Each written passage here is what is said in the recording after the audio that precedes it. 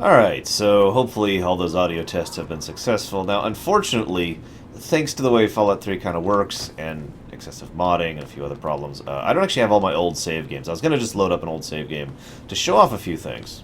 Instead, you got me level 2 baseball bat. But hopefully I'll be able to at least discuss a few things that I wanted to. See, before we actually start the lore run proper, or lore run, well, the roleplay proper, and yes, I'm wearing a Tunnel Snakes outfit. Tunnel Snakes rule.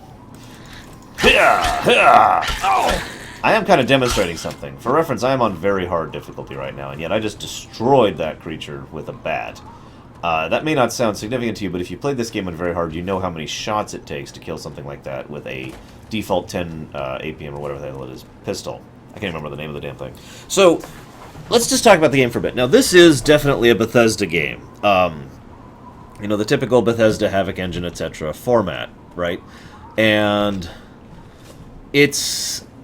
I'm trying to think how best to describe this, because it's like the Bethesda engine was used to make an FPS. Now, I don't think I actually have a gun on me to demonstrate. Oh, I do. Okay, I have the BB gun. We'll use that. So you see, I actually have an aiming reticule there, and it will actually take my aiming into account. Much more so than other games of this variety, too. Here, let's see if I can hit this guy. Yeah, see? I actually hit him right there because I was aiming right. Now, the thing is, there's kind of a thing to that, which I'll be talking about in a minute. Oh, God. Okay. This is a terrible gun. It's actually like the worst gun in the game. Okay, we need to go back to the baseball bat. By the way, the baseball bat's better than the police baton. Which is just funny to me. In various ways. Okay, I crippled his head. That's good. Oh, God. Oh, God. Okay, we're alive. We're alive. Let's get rid of that noise. So, I mentioned the FPS in... Whoa, it's not dead! I mentioned the FPS in Oblivion clothing because it really is the function of this game. Unless you're playing a melee. If you're playing as a melee, this game really does basically feel like Oblivion. With one rather huge exception, which I'll talk about in a moment. Now, there is something about the aiming and shooting in this game. And is that a person? What the hell? Oh, God! There's just a random wastelander here. I've, like, never encountered one in this area. I love the random events in this game. There's like 30 or 40 of them, and they can just happen wherever. And sometimes they look weird based on where they happen, because, well, you know, the terrain isn't exactly uniform, as you can see.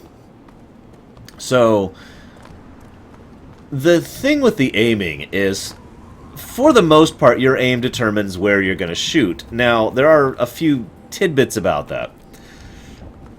Fallout 3 is, in my opinion, the best of the various games. That includes Skyrim and Fallout New Vegas, because the vast majority of where you hit is determined by how you're aiming. Yeah, here we are. I'm going to give you guys a nice view while I talk for just a moment. Nice view of the Capitol building, and or the Congress building and the Washington Monument there. Oh, God, there's also a guy down there. Okay, let's stealth. And he's shooting at something. What the heck? Hang on, I gotta investigate this. He is hostile, though. Yeah, he's a... Oh, God, he saw me. He saw me. That's bad. That's bad. Ah, he's coming for me. Okay, this is the disadvantage of playing melee. I know I'm skipping around a bit in my discussions, but this is the disadvantage of playing melee. Especially on the overworld, which is where I am right now. You will have people shooting at you from way far away, and you have to get right up on them. And then... Wait, who is Sam Warwick, and why is he trying to beat me to death? Now, when you're doing melee, you really want to aim for the head. That's it. Yes, it does actually matter. There we go. No, that was a crit, not a disable. Okay, I knocked his weapon away. I didn't actually mean to, but that's good. That's great. I crippled his left arm, which means his aiming is going to be crap. Took over his torso, which means he's going to take more damage, etc., etc. And he's dead. I'm going to take the sunglasses, because of course I am. Let's put those on. There we go. I'm just going to leave this sitting here for a moment. Okay. So, melee focus, however, when you're in... See, the thing is, this game, in my opinion, really is... I don't have any way to get rid of that heartbeat sound, do I? No. I can rest for like an hour. Yeah, that's not going to do it. Oh god, it's still in the menu, too. Hang on, guys. Just... Oh god, that didn't get rid of it. Oh my god, get rid of the sound. Ah, you're ruining my video.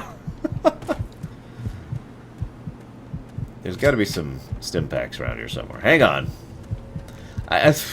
Okay, I suppose this is a good time as any to talk about scavenging. One of the things I love most about Fallout 3, and in my opinion you can play most like in Fallout 3 of the various games like this, is a concept I call on-site procurement.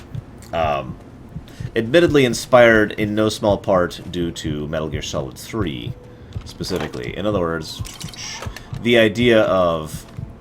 it's a specific way of playing. Oh, thank God. Okay. Whew. It's a specific way of playing. The idea being that rather than... okay, if you go through this game with caps, which is the currency of this game, and you will get tons of caps if you play this game, like, at all, with any level of anything. You'll be swimming in stim packs and healing items and buff items and ammo and weapons, and you'll be able to repair everything, you know. You won't be lacking, in other words. On-site procurement is a challenge mode, basically. In other words, the goals of this are simple. You never spend any caps on anything that are not quest-related, and here, let's zoom out of it. And everything you get, this has to be something you actually find in the wild, so to speak. In other words, a true scavenging mentality. It actually makes getting that scavenger perk both better and worse. There's one specifically for ammo, which is almost required for most playthroughs. Playing that type of playthrough as a stealth sniper is tons of fun, and is the first type of gameplay style I would recommend for anybody who hasn't really tried it or is new at picking up this game. Now, that being said, as I said, there's really two types of gameplay to this game when it comes down to it. There's the overworld, and there's everything else. Now, on the overworld, as you can see, quite a bit of a draw distance, and you can see enemies coming away from quite a distance. And bullets don't really terminate until a really, really far distance. This is much, much further distance than in Oblivion, where literally I couldn't shoot something, say, down in that town down there, because the arrow would literally despawn. In Fallout 3, I could actually shoot someone in that town down there, theoretically. Now... so when you're playing a long-range type character, and again, the stealth sniper is the best example of that, you are at an automatic advantage on the overworld. Sneak your way all over the place, don't kill people before they even see you, that kind of thing. When you go indoors, that advantage basically evaporates, and most of the time you'll be seeing enemies when they're 3 or 2 feet right in front of you, or they've just opened a door or they're right behind a door that you just opened, or whatever. So that advantage goes away, and it becomes much more challenging. By contrast, if you play a melee-focused character, you will be completely dominating the inside sections because you'll be able to get right up in people's grills. And as you can see, someone with a gun actually usually, unless they have a heavy weapon or armor, doesn't actually fare that well against someone with a melee weapon. But of course, by contrast, when you're out in the overworld and there's like 5 guys shooting at you from a distance and you have to run up to close to them, you see how it kind of balances out. There's not really much of a middle ground unless you want to go for a jack-of-all-trades kind of build, which is possible. But I mentioned this as an FPS in Oblivion skin. That's not quite fair. It's more like this is a Fallout game in Oblivion skin. I know, weird, right? But for anybody who's played the old Fallouts, a lot of this should look familiar. You've got the health of your various body parts. If your legs go into crippled status, it's harder to move. Your torso makes you take more damage. Your hands remove your ability to aim, and your head being crippled basically makes you worse in every way. This is your radiation level, which you can remove or buff yourself to prevent. This is just basic buff effects. These are the specials, again, straight out of Fallout, and have the same basic effects, all of them. Your skills, again, straight out of Fallout. Now, there's some condensing of the skills. For example, big guns actually covers quite a few things. It's mostly heavy weapons, and the only other type of gun skill is actually small guns, which I believe small guns is the one for sniper. I'm actually not 100% on that right off the top of my head. But as you can see, I've cranked speech because, of course, I have. But this is how you level, and this may look very Oblivion-y, but at the same time it really isn't, because unlike in Oblivion, you don't use skills to level. You actually have exp, which... Well, whatever. It's up there in the top right. I was going to say if there's a thing specifically for it, but there isn't. It's right there in the upper right. I have 375 exp. I need 550 to level. Once you level, you get a certain number of skill points to distribute into these based on a number of factors. Feats you have, your int stat, etc. Which brings me to perks. Perks are basically feats. And are an awesome, awesome feature of the Fallout series. And again, pretty much straight out of Fallout 1 and 2. You notice I got the perk that gives me another special point. I highly recommend that, by the way, for anybody playing this new. There's also a perk to give yourself more experience, which you can get, I think, 3 times. Statistically speaking, that's actually not worth it in the long run. It only starts becoming more valuable up in the 20-plus range, and even then, you've basically burnt 3 perks to get there, so I don't recommend that. I know it looks tempting, but trust me, your perks are more valuable than additional exp. Exp is not a problem. So take my advice, don't get that. You can get all sorts of general info here. I've killed lots of people. 4 people. You only saw one of them. Yeah, I killed 3 people in the vault, because I'm evil, apparently. Radio is awesome. Greetings, dearest America. This is your...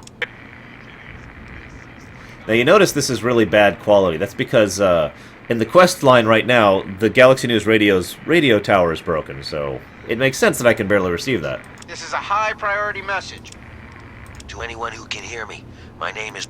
Now, it's kind of cool because we can turn this on the radio, or turn on the radio, and as you can see, it's still playing. Baseball.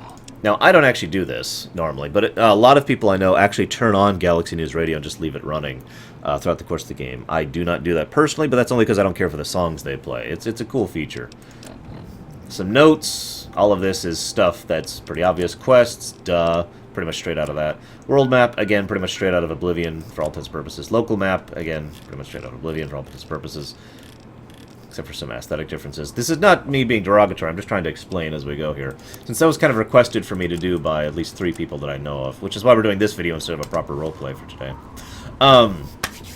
So, as I mentioned, I've mentioned 2 main styles of play that I recommend. The Stealth Sniper and the Heavy Melee Focus. I forget the exact build for Heavy Melee Focus, but with cranked luck, not strength, but luck, and I forget what it's called, but it's a Death Claw, basically. It's a melee weapon like that. And I think one additional perk, which I don't remember the name of it, but it's one that basically boosts your crit. You have a 100% chance to crit with that, and you ignore armor. That is hugely useful, because in the late game, you're going to be fighting lots and lots of guys who have power armor on, which normally, nerfs the hell out of a melee-focused character. But if you get a melee weapon like the Deathclaw, which actually completely ignores armor, yeah, those guys will melt. It is probably the easiest way to play this game, and I don't mean that as a derogatory. Rather, I have recommended to several people who have picked this game up for the first time to play as a melee-focused character, to get used to the game and figure out what they want to do and all that stuff, and then figure out their own playstyle as they go, because it's the game style most likely to succeed, if you follow me. Stealth Sniper is actually a little bit rougher, especially given the fact that you have to crank a number of skills and you have to be a good aim. Right, I never finished talking about the aiming thing. So, aiming in this game, again, is almost entirely determined by your actual aim with the mouse and or controller. There is a formula that goes into that. It takes into account your skill and the variance on the weapon. It's called spread, I believe, is the actual stat on the weapon. So, for example, most sniper rifles have very, very little spread. In fact, I believe there is a sniper rifle, forgive me for this, I'm not looking at the stats right now, in this game that has 0 spread. So, in other words, whatever you're aiming at is exactly what you hit. By contrast, like a shotgun or a pistol or most machine guns, and especially the minigun, have colossal spread. So, you're basically just peppering the area around where you're aiming with bullets. Now, this is still, in my opinion, the best it's ever been as far as that goes, because in New Vegas, and especially in Skyrim, your ability to aim becomes much, much less important, and there's actually a formula that determines whether or not you hit that takes precedence. For example, if you're aiming dead on, and the spread says the bullet should hit directly where you're aiming, there's still another calculation that goes into there that says, well, okay, well, your skill is this and your ability is this, and so you don't hit. Even though you could literally see that you're shooting them straight on, it just plain misses, and that's incredibly frustrating. It is worth noting there are mods to fix that in New Vegas. There are no mods to really fix that in Skyrim. Skyrim actually has another problem. I've talked about that before. I'm not going to go into that right now. But Fallout 3 hits the sweet spot, in my opinion. Really hits the sweet spot of actually feeling a little bit more like an FPS. A bit of a weird FPS, but an FPS nonetheless. Now, in addition to that, you also have to keep in mind the aiming thing. I mentioned earlier you can cripple your head, torso, limbs, etc. That is true for all enemies as well. And with a gun, you can pretty much always aim for someone's head, which not only will do more damage usually, but can cripple their head. And if someone's head is crippled, they are basically out of the fight.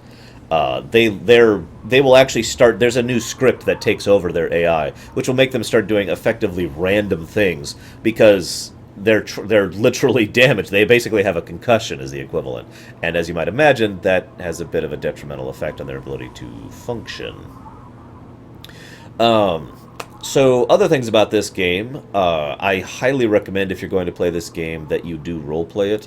This is a game very well built for roleplaying. As I will try to show during my roleplay of this, there's a fairly large amount of gray that you can be in this. You don't just, I mean, you can be a sadistically, horribly evil bastard, and in fact, I personally think this game is the one you can be the most evil in of every game I've ever played thus far. And it's so terrible that I've never actually been able to bring myself to do several of the evil acts in this game. You can also be a really, really good person. You can basically be the Mario in this setting. You can't actually be the Mario. There's very few settings that let you be the Mario. But you can be close. You can be damned close. However, there's lots of room for gray in there. Lots of room for interpretation. Lots of room for, I'm going to act this way based on this circumstance. Most dialogue options, there's 4 or 5 or more dialogue options rather than I want to help you, or I want to kill you. So, good variance there. The terrain is gorgeous. There's a huge mod community. As always, you know, there's a huge mod community for any Bethesda-style game. But when I say there's a huge mod community, I mean it is colossal.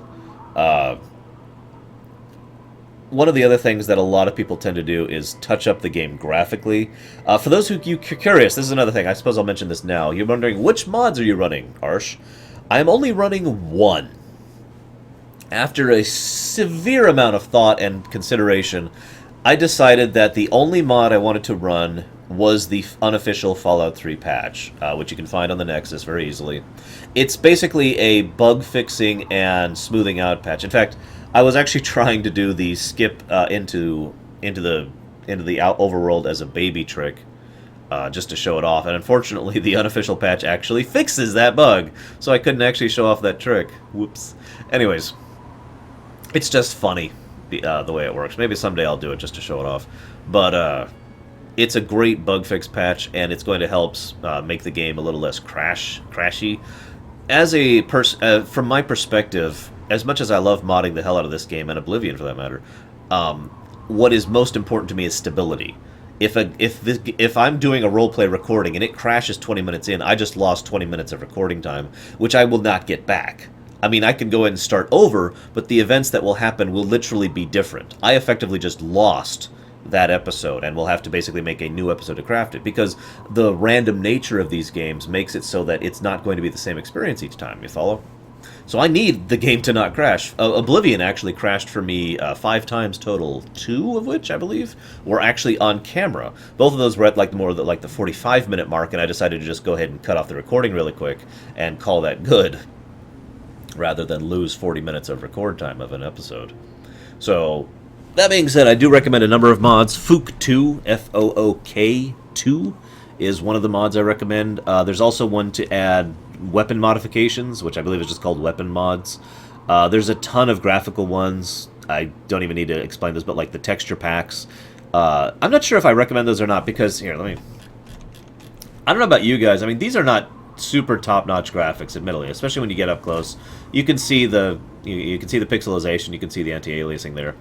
But if you're looking at even as so much as 5 feet away, they look pretty good.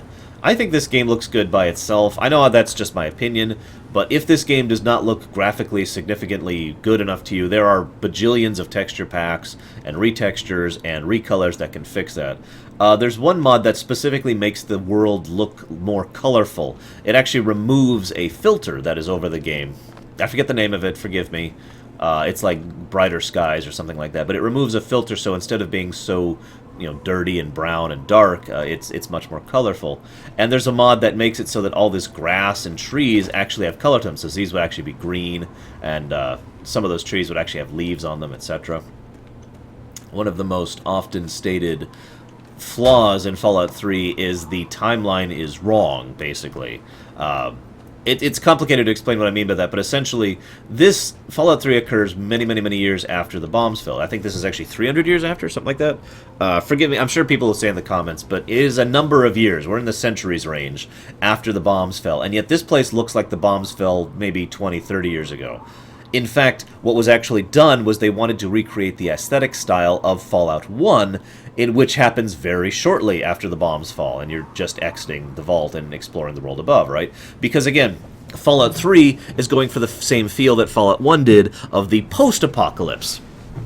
I've talked about this extensively before. New Vegas and Fallout 2 both examined the post-apocalypse. Okay, we've survived the apocalypse, we've managed to create some kind of civilization, now what? We're still at the burgeoning stages of civilization. That's what New Vegas and Fallout 2 really examined. Fallout 1 and Fallout 3 are both, we're still trying to get to that civilization point. We're still at a point where survival is a primary key, and we're just barely getting the beginning grasps of things like trade and art and all those other things that make up civilization. So, now the problem here is this happens centuries after the bombs fell. This should not be this bad. Things should not be this irradiated. Half-life exists, the half-life of a thing exists for a reason, right? And this should not be this much of a mess after centuries. Now, that is arguably the only real plot hole in this game. It is debatable. I know there's a lot of other little ones, which I'm not going to go into, but most of the things that people would call plot holes are actually pretty easily explained by the nature of the setting and the way technology works in this world. But that is a pretty big plot hole, and I just mentioned it right off the bat because it does bug some people. For me, personally, even though it kind of mixes up things, what I usually tend to do is just mentally picture this happening right about the time of Fallout 1 or Fallout 2. Which basically just fixes all the problems with it in a nutshell. There are still some problems with it, of course. For example, the Brotherhood of Steel was not exactly an active force back then. Certainly not enough to send a contingent of its own people across the entire country. And by the way, the night sky is very beautiful, I think. Just enjoying the view there. Other things to enjoy this game. Getting used to the menu is a little bit weird. There are a few mods that basically replace the menu with something a little more, it's typical PC, but you hit tab there, and getting used to condition, radiation, effect, the specials, figuring out your items, weapons, apparel, aid, misc, ammunition, figuring out how to navigate all this stuff. It does take a little bit of getting used to. I'm not going to lie to you about that. One other thing about this game, though, it's not actually that big as Tamriel. In fact, this is the whole of the world map, not counting DLCs right here. And if you'll see, that's Megaton right there. Here, I'll actually demonstrate. Where is it? Okay, you see that building? It doesn't look like a building. It's on the other side of this water tower. I'll show you here. Give me just a moment. That building right there, it's got like a bit of a airplane. That right there, that's Megaton. That's the city of Megaton. That's right there. That gives you an idea of the scale. It's not that huge of an area. And there is a complaint I have about it, which I'll get into in a second. It's right over there. However, Fallout 3 is very, very dense.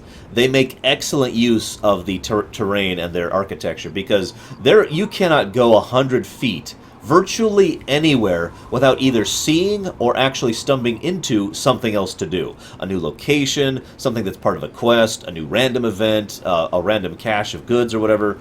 There is stuff everywhere in this world. So even though it is much smaller to explore, it is completely filled with things to explore. And personally, I actually like that style better rather than, well, forgive me for saying it this way, Daggerfall, which is huge tracts of totally nothing. Yes, I know Daggerfall wasn't all like that, but I mean, that's probably the best example of that kind of a thing I could come up with. So, just my opinion, just perspective. Feel free to be, warned about that and all that. The other thing I was going to talk about is the thing that irritates me. This is the DC area, this lighter green thing right here. There's no nice way to say this. The overworld map, everything except for that denser green area, all of this up here, you can walk from this corner to this corner, down to this corner, and do the diagonal up here, all of this is one zone, okay? There's no loading screens here. I mean, obviously there's places you go into, and that's loading screens, but this is all one massive overworld. The DC area is several different loading zones. You use the metro and the tunnel to get your way through here, and it feels very arbitrary, because most of the time there's just a pile of debris blocking your way, and it would be very easy to climb up that, except you can't because of invisible walls and whatnot. That does bug me, admittedly. I wish the DC area was fully explorable rather than being chopped off into zone lines. The reason they did that is twofold. Number one is because the architecture on there is so dense that they're actually having trouble getting it loading along with everything else. So as a way to make the game have less system requirements, basically, they did that. But the other reason is because a lot of the events in the DC area are scripted. And so it's easier to do scripting like that when it's condensed to a single zone, rather than dumping it into the overall overworld zone. That being said, the mall area, which I believe is like... where is it? It's like right here, I believe. The whole mall is one zone, and that's actually probably the biggest zone in the DC area. And that's pretty cool, being able to just walk around and explore, especially speaking as someone who's been to the mall. I think that's all I've got to talk about. I never had planned for this video to be particularly long. If anybody has any other questions about Fallout 3, or mods, or how to play it, or anything like that, feel free to let me know. Next week we'll be starting the roleplay proper. Hopefully I'll be able to do it this time. I find it very difficult to play a type of character who is that much of a brat. But that is the starting point I have decided on, and hopefully we'll be able to see how that character grows. And I hope you guys will join me as that character evolves and grows and learns and hopefully doesn't die. Oh, one last thing before I go on. I'm sorry, this is actually kind of important. If you're going to get Fallout 3, get the DLCs. You can get the Game of the Year edition, which comes with all of them. In fact, I'm not even sure it's possible to not get the Game of the Year edition. But the DLCs are all good stuff. I know that's a contentious opinion, because some people really don't like some of the DLCs, but I enjoy all of them. I talked about that during my Fallout 3 review some years ago. They're all good. They all have different feelings and styles to them. As I believe I famously said, or infamously said, they all are creepy, but in a different way. But really good stuff. Definitely recommend it, especially the Broken Steel one, and this is the real thing that I wanted to mention here. For those of you who don't know, Fallout games end. Fallout 1 and Fallout 2, once you hit a certain point of the game ended. It was over. Now, that was really contentious in Fallout 3, because... not counting Broken Steel, when you hit a certain point in Fallout 3, the game ends. Spoiler alert, you know? And a lot of people didn't like that. I mean, a lot of people. Including me, it's worth noting. Yeah, and the reason why is because we were used to the Elder Scrolls format. In Morrowind, especially, and in Oblivion, the game doesn't end when you complete the main quest. You keep going. It's like, okay, I've completed the main quest, and now to go do the rest of the stuff. And it was really bothersome to a lot of people that did that. There was actually a mod which I normally would recommend beforehand, which literally just kind of messed with the scripting so that once you did that final quest, the game would then allow you to keep going. And I consider that mod mandatory right up until Broken Steel came out. Broken Steel does that as part of the game. It extends the game past the end of the game, so you can keep playing forever after that point.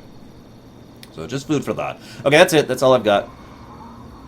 I wonder if we can see it. Nah, probably not. Anyways, I will see you guys next week.